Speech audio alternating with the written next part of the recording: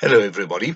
So here is the activity that we did in the first session using Pictoblox and Python with the loan interest calculator. So as we can see here, here is the base code.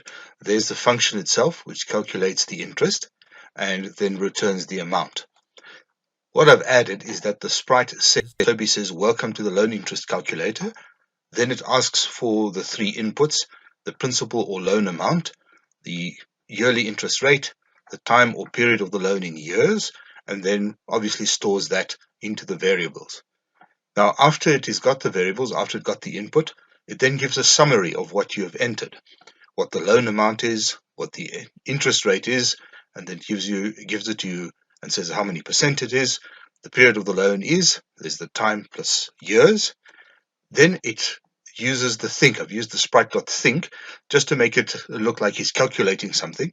He then gives the total amount, calling the function and putting it into the string due to the different variable types. And then once it's displayed it for 2 seconds, it then says, thank you for using the calculator. Please come again. So now we're going to run the code and see if everything works as it should.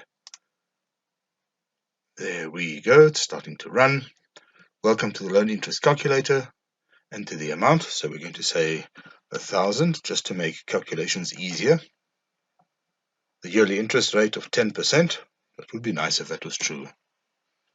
And the period of 1 year. Also, that would be nice. Now it is summarizing the data of the inputted data. The loan amount is 1,000. The interest rate is 10%. The period of the loan is 1 year.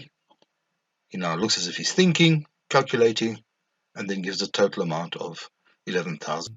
Thank you for using the calculator. Please come again. Thank you for a wonderful session and looking forward to all the next ones.